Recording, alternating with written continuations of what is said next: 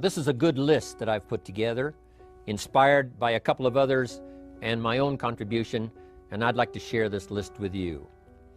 First, learning the power of purpose.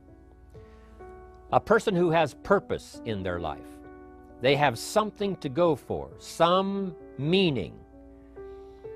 One writer described it, for some people it becomes a magnificent obsession. And for you and I, maybe it doesn't need to be that dramatic as a magnificent obsession. But it has to be something that does something to us, something that pulls us, especially into the future. You know, there are many influences on us. One is the influence of the past. Some people are always pulled back by the past. Some people are always pulled aside by the distractions. But here's what's powerful. If you have a list of high purpose in your life, it pulls you toward the future. And the more powerful the purpose is, the stronger it pulls. And here's the other great advantage if you have purpose for the future. It pulls you through all kinds of challenges and all kinds of difficulties. If you don't have these strong purposes for the future, it's easy to get swallowed by a bad day. It's easy to be almost annihilated by a poor month. And it's easy sometimes to almost disappear beneath the waves of a year that goes backwards if you don't have something to pull you beyond that year. So if you want something to pull you through all kinds of challenges, all kinds of difficulties and things that come at you, you got to have something on out there, beyond today, beyond next week, beyond next month, beyond this year, that pulls you into the future. And the clearer it is, the stronger it pulls. The more dynamic it is, the more it affects your life, your spirit, your heart, your soul. It also creates imagination. It gets your mind working on how to achieve that purpose. And if your mind will work, and if your heart works, and if your spirit works, and if you have good input, like good ideas, I'm telling you, there isn't anything you can't accomplish. So that's one of the great powers that'll make a variable of you, and that is purpose. Here's the next one, self-confidence. Where does self-confidence come from? And this is the best advice I can give you on that. Not neglecting, first of all, the small daily disciplines. Self-confidence really comes from feeling good about yourself. And one of the best ways to feel good about yourself is at the end of the day to know that you poured it on. You did your best. If you conducted a meeting, you did the best you could. If you made a phone call, it was the best phone call you could possibly make. If you wrote a letter, it wasn't a casual letter, it was your best letter. At the end of those kind of days, when you feel good about yourself, self-confidence starts to rise. You know that if you can have this kind of a good day, you can have another one the next day, and those days become the weeks become the months, and the month becomes a powerful year. Self-confidence comes from the lack of neglect. If you will not neglect to do the small daily disciplines, that's where self-confidence comes from. Part of good health is self-confidence. I know I'm going to be healthy. I take the Herbalife products. I eat the apple a day. I walk around the block. I do the jogging on the beach. At the end of the day, when you've really poured it on and you've done all the stuff, self-confidence grows. That self-confidence affects your health, it affects your future, it affects your psyche. So this is true. One of the great powers is self-confidence. Self-confidence means willingness to do whatever it takes to achieve. Some people say, well, I'll do it for a little while and see what happens. You know, I'll try a couple of things. If that doesn't work, I'm out of here. And all of us know that that kind of person doesn't have much of a future.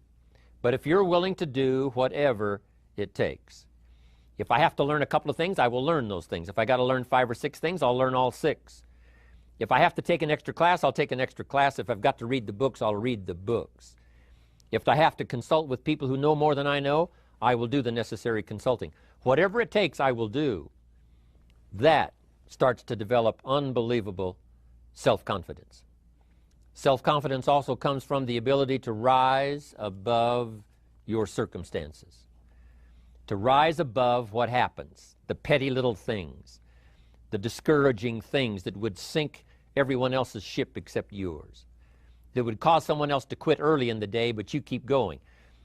That kind of willingness to overcome all circumstances, whether it's the little challenges or the big challenges. If you're willing to do that, I promise you, this kind of power will work for you, and in you, the variable, it'll make a difference. The third on the list I had was enthusiasm.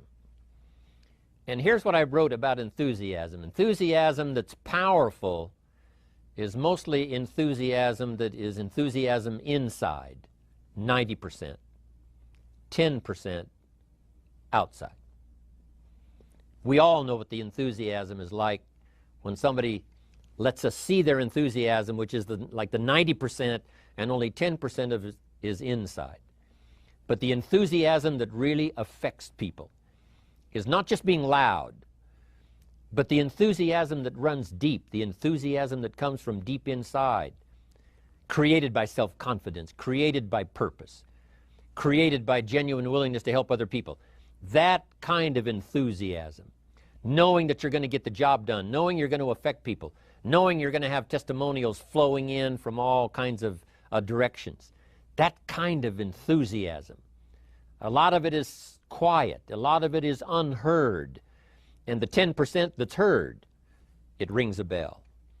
People call it genuine enthusiasm because they know that what you say in the outward display of your enthusiasm is only a small tip of the iceberg of the enthusiasm you feel inside that really motivates you to do the best job you can. Next on my list to help you become the powerful variable is expertise. Wanting to excel in all of the skills and settling for nothing less than an outstanding performance. If you're willing to be the best in your field, if you're willing to demand of yourself excellence in skills, to be the best that you can possibly be, in the training, do the best you possibly can. In doing a workshop, do the best you possibly can. Developing the skills of using your personality, developing the skills of language, developing the skills of influence, developing the skills of organizing. If you're willing to be an expert in all of the skills, Herbalife has the way for you to invest those skills and not only make a handsome living, not only make a lot of money, but if you would so desire and if it would be your purpose, a chance to make your fortune. Expertise, excellence in skills. Here was the next one on my list, making a powerful contribution to you, the variable, and that is preparation. Well prepared. And preparation, of course, involves a whole lot of things. A big share of our life is preparing, getting ready. When we go to the first grade in school, we're just preparing for the second grade.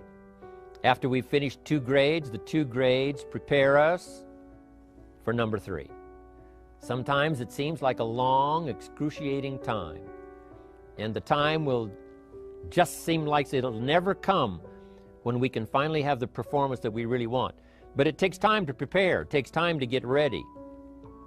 And the decisions you make in the preparation time, those are the decisions that last for a lifetime.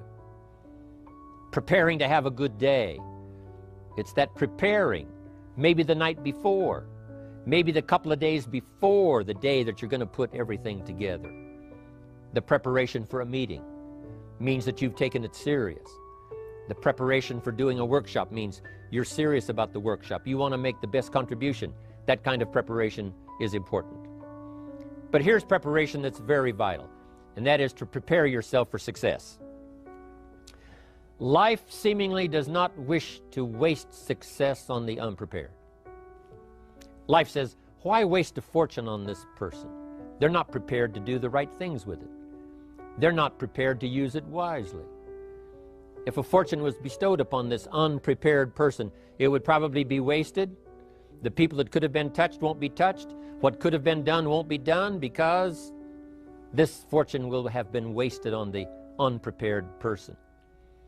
So not only look for fortune, not only look for the promise, but prepare yourself and ask of yourself, what can I do to make myself ready?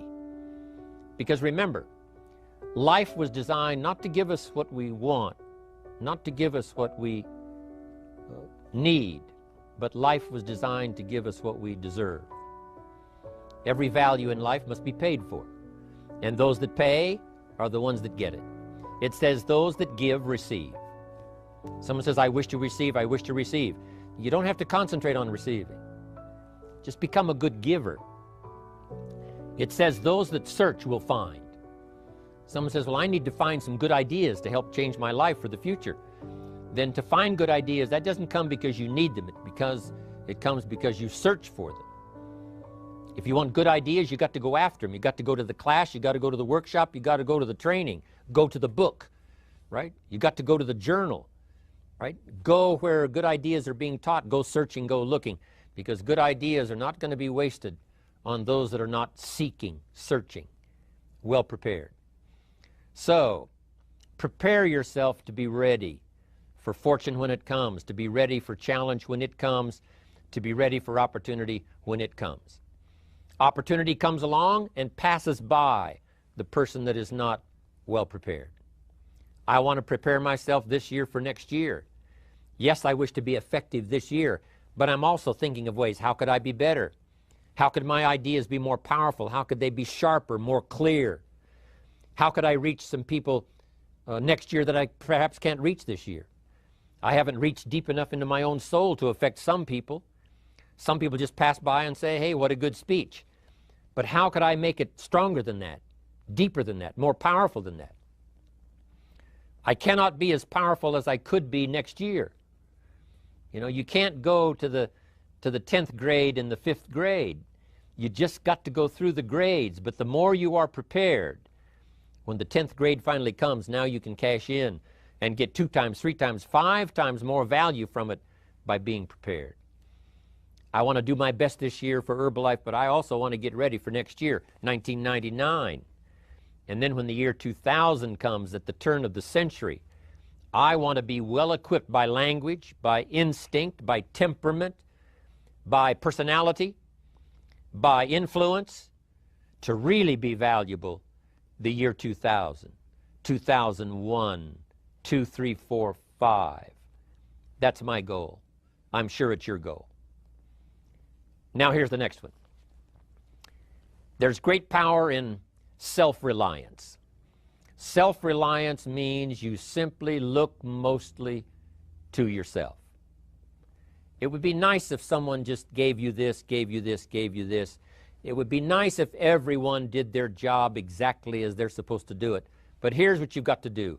Primarily rely on yourself. Primarily say, I'm the person responsible. And I will learn the necessary skills so that I can help people learn their skills.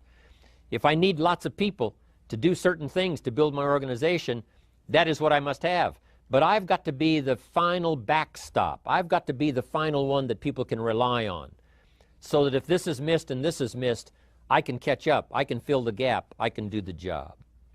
We have to do it when we conduct meetings. We have to do it when we conduct training.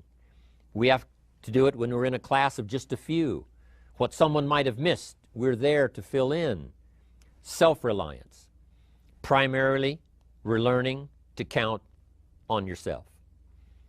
So that you can do this, never complain and never explain.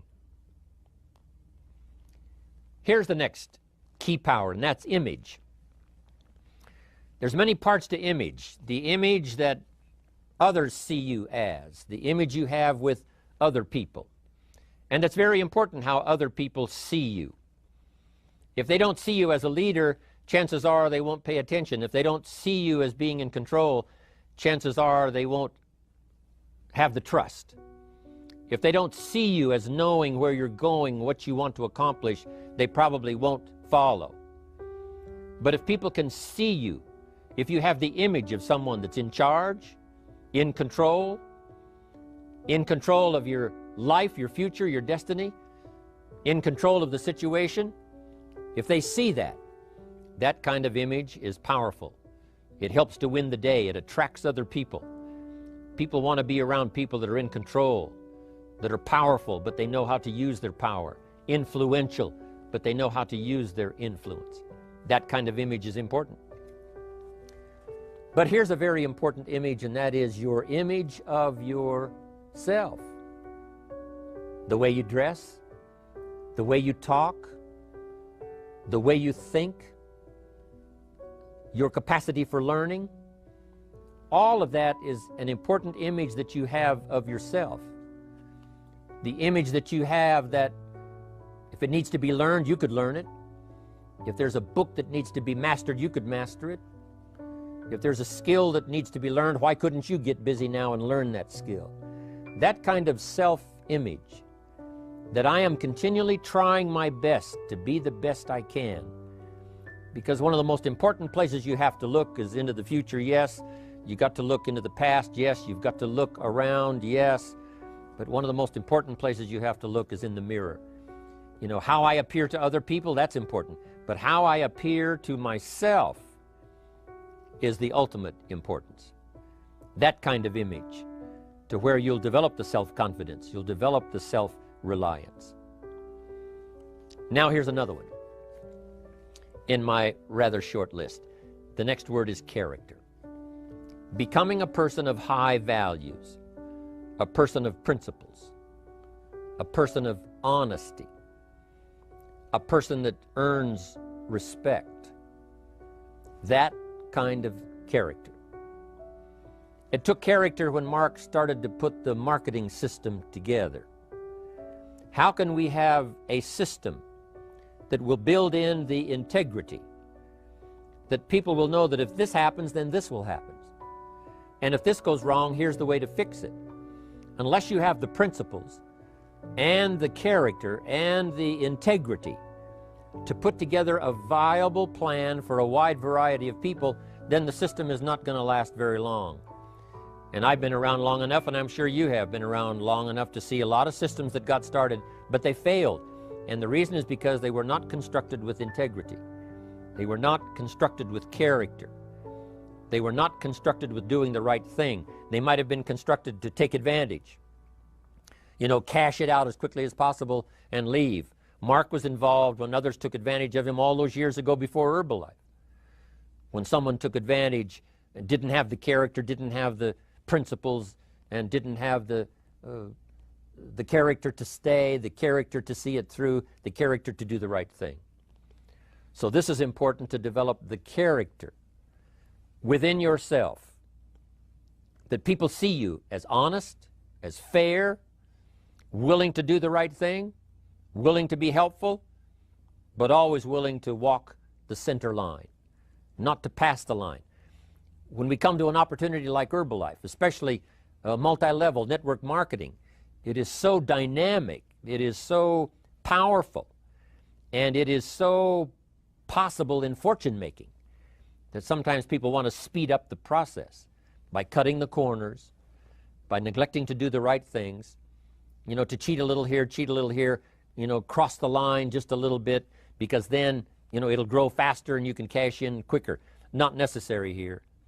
Doing Herbalife right will build your fortune longer and stronger than trying to cut the corners and not doing it right.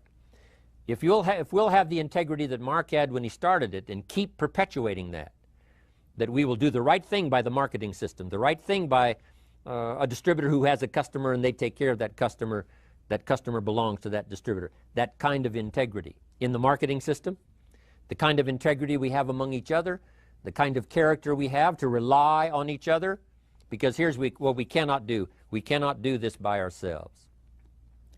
Mark's got to count on me. I've got to count on Mark. We've got to count on the president's team. The president's team has to count on the chairman's club for advice and counsel. We have to count on the millionaire team, the tabulator team, the world team. We've got to count on the distributor. We've got to count on the distributor giving the right message to the potential customer. We've got to count on the distributor giving wise counsel to the new recruit, teaching them the right way, the Herbalife way, the principled way, the character way. Vitally important. Building and developing your own character. Now here's another one. It's called self-discipline. Self-discipline, all of us have a challenge with that.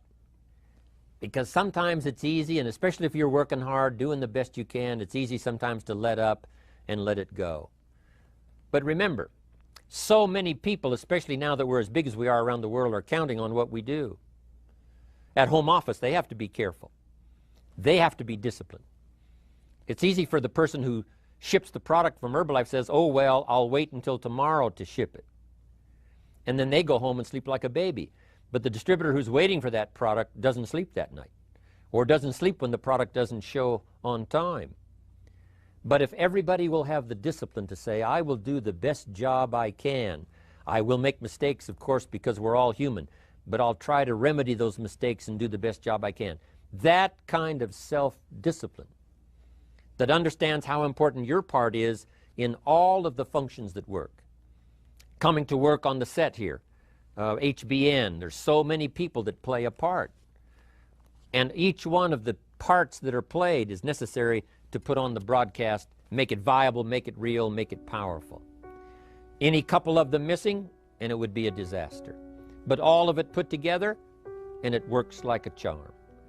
Each person developing the self-discipline to do their part, do their job. Here's one more, and that is the power of extraordinary performance and demanding of yourself excellent results. This is so important. If you want to live extraordinary, you must do extraordinary. If you want an extraordinary income, you must do extraordinary things. If you want an extraordinary fortune, you must go with the demands of what it takes to have that fortune. Mark has made such a fortune, it's almost beyond comprehension what the numbers really are. But guess what he has the satisfaction of knowing? He earned it all. If he'd have been lax in the performance, Herbalife would not be here these 18 years later. Herbalife would have been a footnote in multi-level history.